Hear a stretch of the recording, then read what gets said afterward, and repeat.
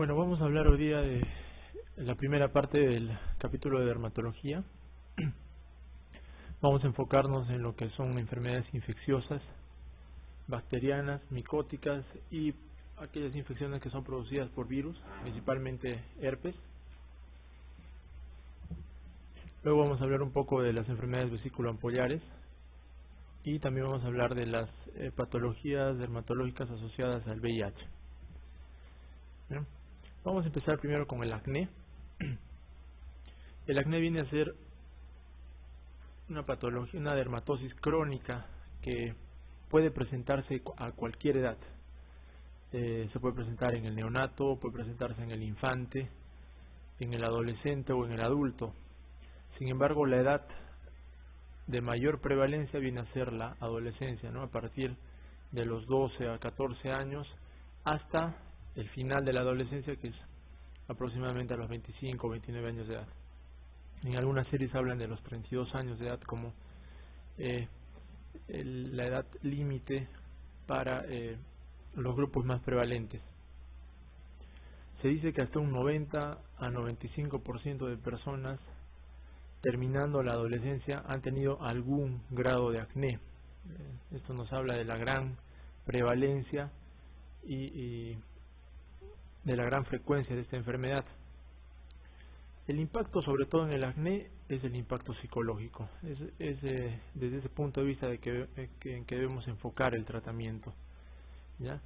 Hoy en día se tiene en claro que el tratamiento no solo tiene que ver con el grado de severidad, es decir, no el número de lesiones ni el tipo de lesiones van a ser mandatorios para el inicio de tratamiento, sino el componente psicológico en el adolescente sobre todo nos va a determinar qué tipo de tratamiento vamos a instaurar en el paciente, ¿no?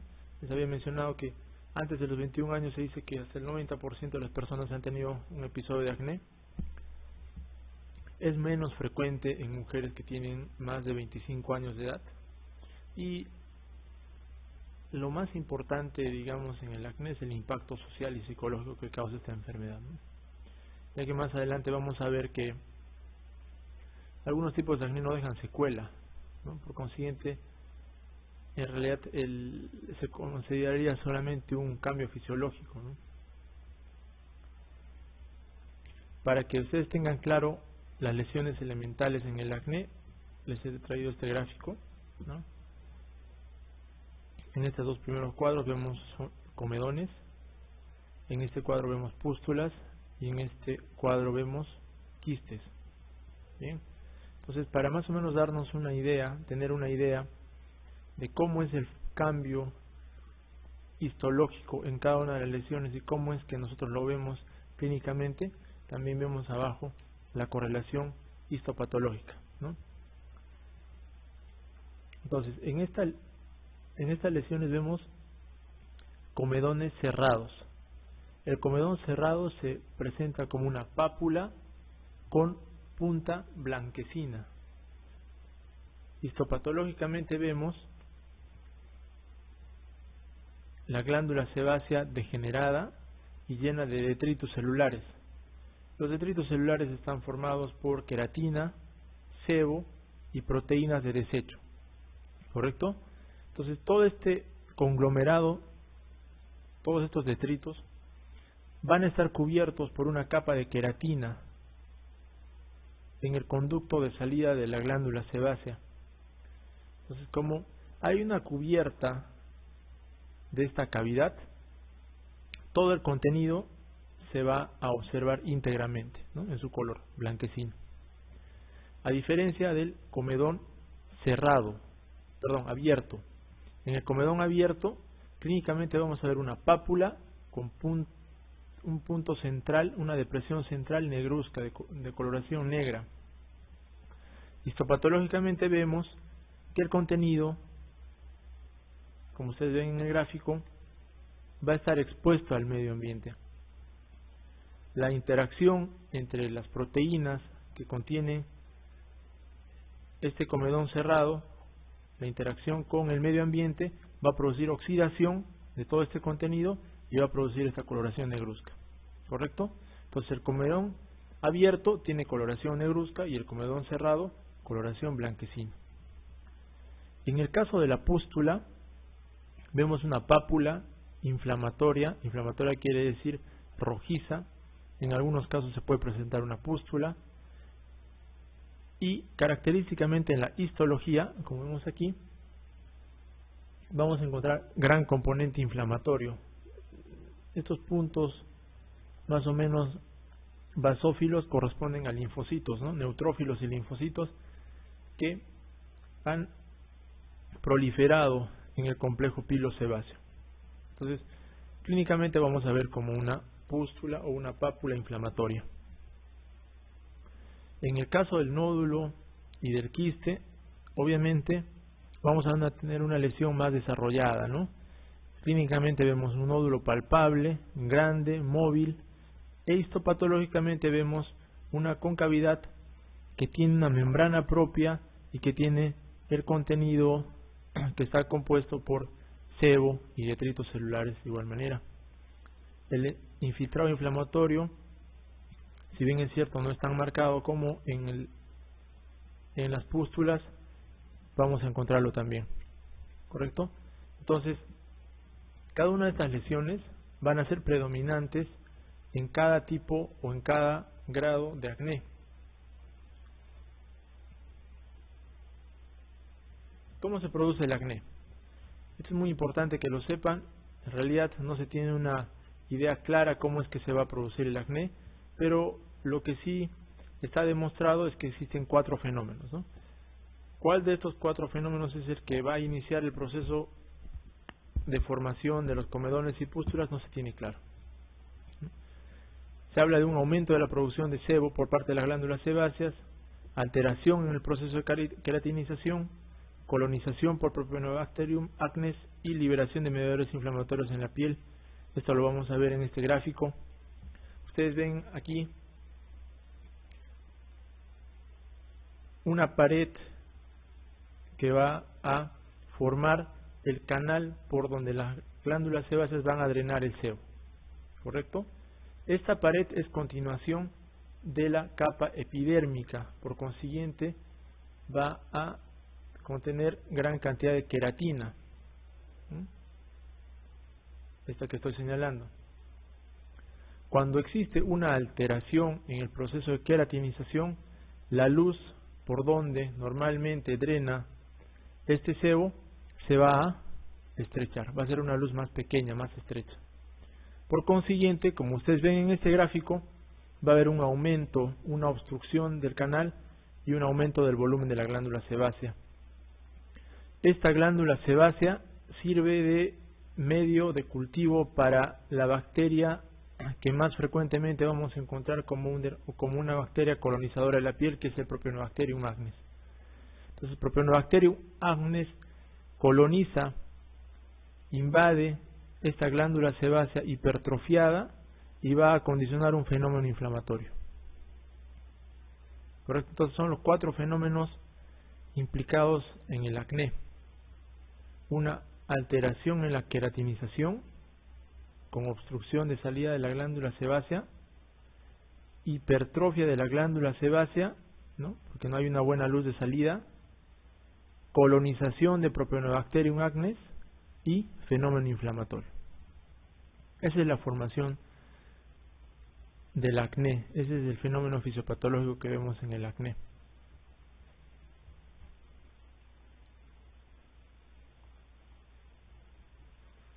En cuanto a la clasificación, existen varias tendencias, varias corrientes, ¿no?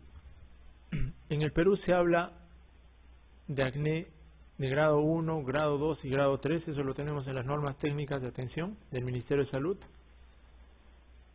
Es importante que lo conozcan porque justamente en este último examen entró una pregunta que correspondía a acné. Entonces, en el grado 1 encontramos predominantemente comedones, es la lesión elemental que más frecuentemente vamos a encontrar. En el acné de grado 2, la lesión elemental predominante es la pústula o pápula inflamatoria. Y en el acné de grado 3, la lesión elemental predominante es el nódulo y el quiste. Entonces, aquí había una discrepancia, ¿no?, con las claves o las alternativas que habían marcado como correctas en el examen, ya que se mencionaba como pregunta cuál de las siguientes lesiones dermatológicas corresponden al acné grado 2, la alternativa, o grado 3, perdón, y marcaban como alternativa correcta la pústula, y eso no es correcto, ¿no? La lesión predominante en el acné de grado 3 es el nódulo y quiste, ¿correcto? El grado 2 es el que corresponde a la pústula y el grado 1 es el comedón. Cuando ustedes les pregunten cuál es la lesión elemental predominante en el acné en general, es el comedón. Inclusive se habla de que el comedón viene a ser la lesión patognomónica de acné. Esto lo deben tener en cuenta cuando ustedes tengan una disyuntiva entre si una patología corresponde a rosácea o acné, porque la rosácea granulomatosa, como lo vamos a ver más adelante, tiene características similares al acné. Hay pápulas inflamatorias, hay algunas veces pústulas, ¿no? No sabemos diferenciar entre rosácea y acné. Si encontramos un comedón, probablemente se trate de acné, ¿no es cierto? Entonces, la lesión elemental principal en el acné viene a ser el comedón. Entonces, la clasificación que se utiliza de acuerdo a la guía nacional del Ministerio de Salud. Sin embargo, existen otras clasificaciones que clínicamente nos van a ayudar a hacer un mejor tratamiento, a enfocar de mejor manera el acné, ¿no? Hay una clasificación que la hacen, están en las guías americanas, ¿no?, de tratamiento del acné, que habla de un acné leve, moderado, moderadamente severo y severo. En esta clasificación, si bien es cierto, cada grado de severidad de acné tiene una lesión elemental, enfocan principalmente de acuerdo al número de lesiones, ¿correcto? Entonces, en un grado leve hablan de pápulas, pústulas y comedones que no superan las 10 lesiones, ¿no? En el grado moderado hablan de pápulas, pústulas o comedones entre 10 y 40 lesiones. En moderadamente severo hablan de pápulas, pústulas, ¿no?, algunos comedones entre 40 a 100. Y en el caso del acné severo hablan de un acné en el cual vamos a encontrar nódulos, quistes, comedones o pústulas, pero que van a sobrepasar el número de 100 y van a tener van a abarcar gran porcentaje de tórax anterior y espalda. Vemos aquí en el gráfico. Acné leve, vemos algunas pústulas y comedones abiertos, ¿no es cierto? Estas pápulas con centro negruzco, como habíamos visto en el gráfico aquí, ¿no es cierto? Esta es la histopatología, corresponde a un acné leve. El acné moderado tiene como lesiones predominantes a las pústulas o pápulas inflamatorias. Predominan las pústulas o pápulas inflamatorias. En el acné moderadamente severo ya vemos pústulas, ¿no?, y en algunos casos podemos encontrar nódulos, pero el número es de 40 a 100.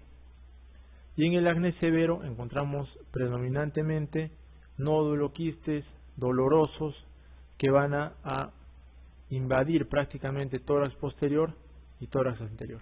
Entonces, esta es la clasificación que se utiliza en Estados Unidos, ellos utilizan en sus guías de práctica clínica. Es una buena forma de clasificar para hacer un tratamiento adecuado. Sin embargo, el año 2012, el Grupo Latinoamericano de Estudio del Acné, ¿no?, hace una clasificación nueva, ¿no?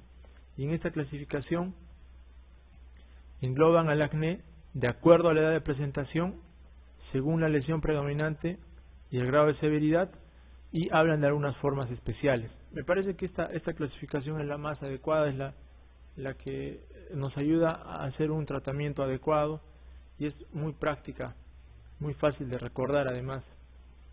Entonces, lo primero que tenemos que señalar cuando tenemos un paciente del acné es el grupo etario, ¿no?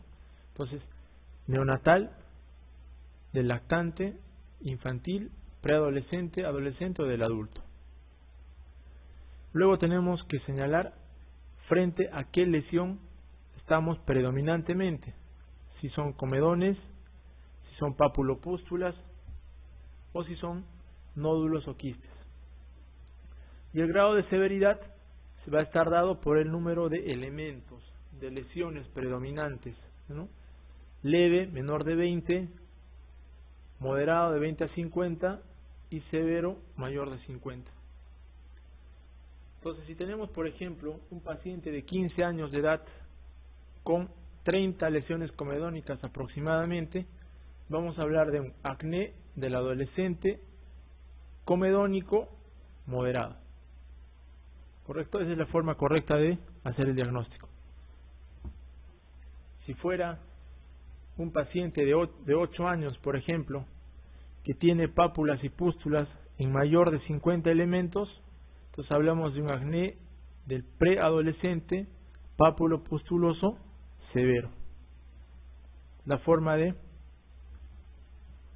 diagnosticar adecuadamente. Y de igual manera, si estamos ante un adulto, ¿no?, de 30 años que predominantemente tiene nódulos y quistes en mayor de 50 elementos, hablamos de un acné del adulto nódulo quístico severo. ¿Correcto? Entonces es la forma adecuada de hacer el diagnóstico. Existen formas especiales. Se habla de un acné fulminans y un acné conglobata.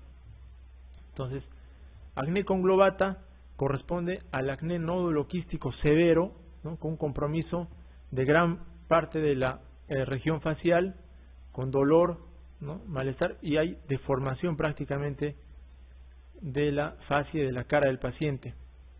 Entonces, ¿qué lo diferencia con el acné fulminans? El acné fulminans de igual manera no tiene una afectación casi de toda la cara con nódulos y quistes, además de tórax anterior y tórax posterior, asociado a compromiso sistémico. Ese es el acné fulminans. Existe compromiso sistémico, existe fiebre, taquicardia, hay leucocitosis, ¿no?, hay aumento de la PCR y compromiso del estado general, ¿no? Ese es el acné fulminans. El acné fulminans es una forma de acné que se ha visto últimamente en pacientes que por el acné severo que tienen reciben tratamiento con isotretinoína.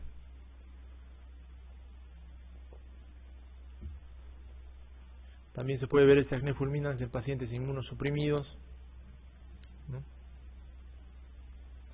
jóvenes sobre todo.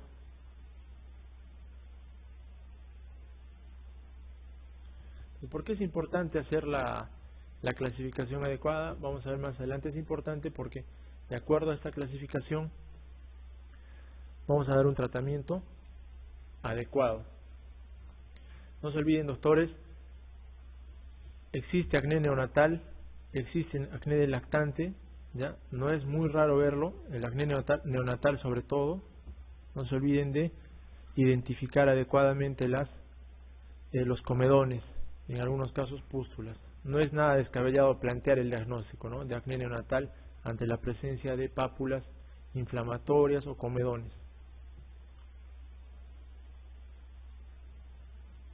Entonces aquí hay una pregunta, ¿no? Un joven de 18 años presenta un cuadro clínico de instauración brusca consistente en fiebre, dolores articulares, erupción aguda de pápulas, pústulas y nódulos que evolucionan a úlceras y costras, localizada en el tronco fundamentalmente, acompañado de leucocitosis. ¿Qué diagnóstico de los siguientes debe sospechar en primer lugar? Varicela, exantema medicamentoso, foliculitis aguda, acné fulminans o acné conglobata. Entonces aquí habla de nódulos, pápulas, pústulas que inclusive se ulceran y con un componente sistémico, ¿no?, fiebre, dolor articular, inclusive habla de leucocitosis. Entonces, probablemente se trate de un acné fulminans por la edad. Varicela también podría ser un buen diagnóstico, ¿no? Pero en varicela no encontramos nódulos. En varicela encontramos vesículas, costras y pústulas. Son las lesiones elementales en varicela. Exantema medicamentoso. El exantema medicamentoso puede cursar con compromiso sistémico, puede cursar con fiebre, ¿no? Dolor articular, erupción aguda. Por lo general no es característica las pápulas y pústulas, ¿no? O nódulos. No es frecuente esa forma de presentación de una reacción medicamentosa. La foliculitis aguda viene a ser la infección, lo vamos a ver más adelante, del folículo piloso, como su nombre lo dice, ¿no? Pero no va a afectar todo el folículo piloso, va a respetar parte del bulbo piloso. El infiltrado inflamatorio es principalmente en el infundíbulo. Y el acné conglobata, les había mencionado, es un acné severo también, en el que podemos encontrar nódulos, pápulas, pústulas, úlceras, costras también podemos encontrar, pero no hay compromiso sistémico. Entonces este es el caso clínico de un paciente con acné fulminans.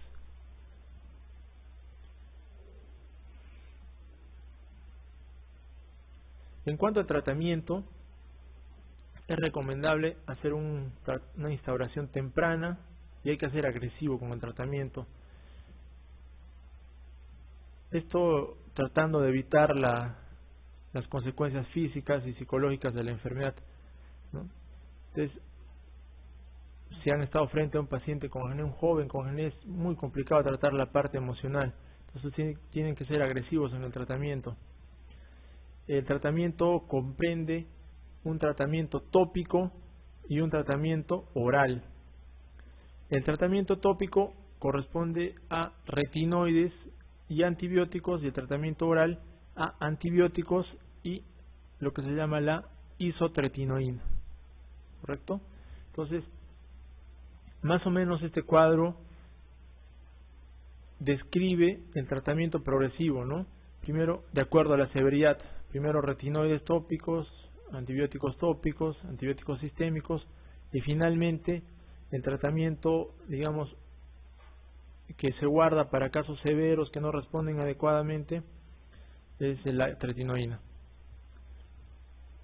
Los retinoides vienen a ser sustancias que van a producir queratolisis, es decir, destruyen las capas superficiales de la piel. Además tienen propiedades antibióticas y propiedades antiinflamatorias. Entonces, estaría actuando sobre los 4 mecanismos fisiopatogénicos de la enfermedad. Es ideal para el tratamiento del acné comedónico, del acné leve. Asociado a los antibióticos, tiene una mejor potencia, ¿no? Antiguamente los antibióticos se utilizaban solos, no asociados a los retinoides, y se vio que creaban mucha resistencia. Por eso hoy en día, en los casos de acné leve o leve a moderado, es recomendable el uso de combinaciones, ¿no?, de retinoides con antibióticos tópicos. Dentro de los retinoides podemos encontrar hoy en día el más utilizado es el adapaleno, ¿no? Es un retinoide de digamos última generación. Se utiliza en concentraciones del 0.1%, y dentro de los antibióticos tenemos a eritromicina, clindamicina como tratamientos antibióticos tópicos más usados. Entonces la combinación potencia el efecto de los antibióticos. Por eso es raro ya hoy en día utilizar solamente retinoide solo. Además, ya los estudios han demostrado que la combinación es más efectiva que el uso solo de retinoide o solo de antibiótico. Entonces no se olviden, el tratamiento tópico lo reservamos para casos de acné leve. Cuando tenemos un acné moderado, tenemos que implantar el tratamiento antibiótico por vía oral. Entonces, hemos dicho que las lesiones elementales en acné moderado son pústulas y pápulas inflamatorias. Cuando encontramos más de 20 lesiones. Los antibióticos de elección son las ciclinas, la tetraciclina, doxiciclina o minociclina. Importante recordar, doctores, que el tratamiento es largo. ¿Ya? Las terapias antibióticas, la terapia antibiótica para el acné mínimamente tiene que ser de 15 a 20 días, ¿no? Y se puede prolongar hasta 2 o 3 meses. Y finalmente, en casos de acné severo, nódulo quístico, o en acné pustuloso o comedónico que presenta más de 100 lesiones, utilizamos la isotretinoína, que en realidad es el mejor tratamiento actualmente que existe, ¿no? Para el acné. Es un muy buen tratamiento, cura en un gran porcentaje, ojo, casos de acné, ¿no? Hasta un 70-80% de pacientes ya no tienen recidivas.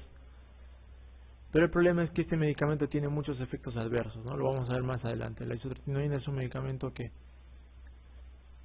tiene afectación hepática, ¿no? Afectación cutánea, neurológica. Es un medicamento realmente que tiene muchos efectos adversos. Hay que reservarlo para el final. Entonces, como les mencionaba, en cuanto al tratamiento tópico, los retinoides tópicos tienen un poder anticomedogénico, comedolítico, inhiben mediadores inflamatorios. Los mediadores inflamatorios implicados en el acné son la interleuquina 3, 6, 10, el factor de necrosis tumoral alfa, ¿no? Además, los retinoides facilitan que otros medicamentos tópicos, principalmente los antibióticos, penetren en la piel. Y finalmente van a disminuir los ácidos grasos libres de los microorganismos, ¿no?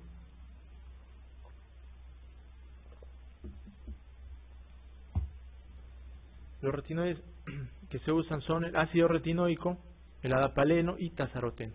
En el Perú utilizamos más ácido retinoico y adapaleno.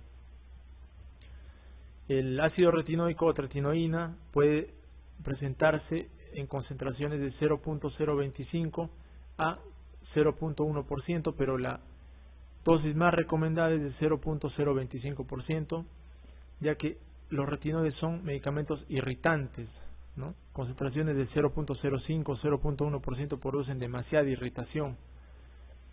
Como efectos adversos vamos a encontrar que producen eritema, descamación, ¿no? Y pueden producir acné pustuloso por bacterias gram negativas. Cuando usamos antibióticos y retinoides tópicos por largo tiempo, si bien es cierto, disminuimos la colonización de Propionobacterium acnes, sin embargo no combatimos bacterias gram negativas. Entonces se produce un acné pustuloso por bacterias gram negativas.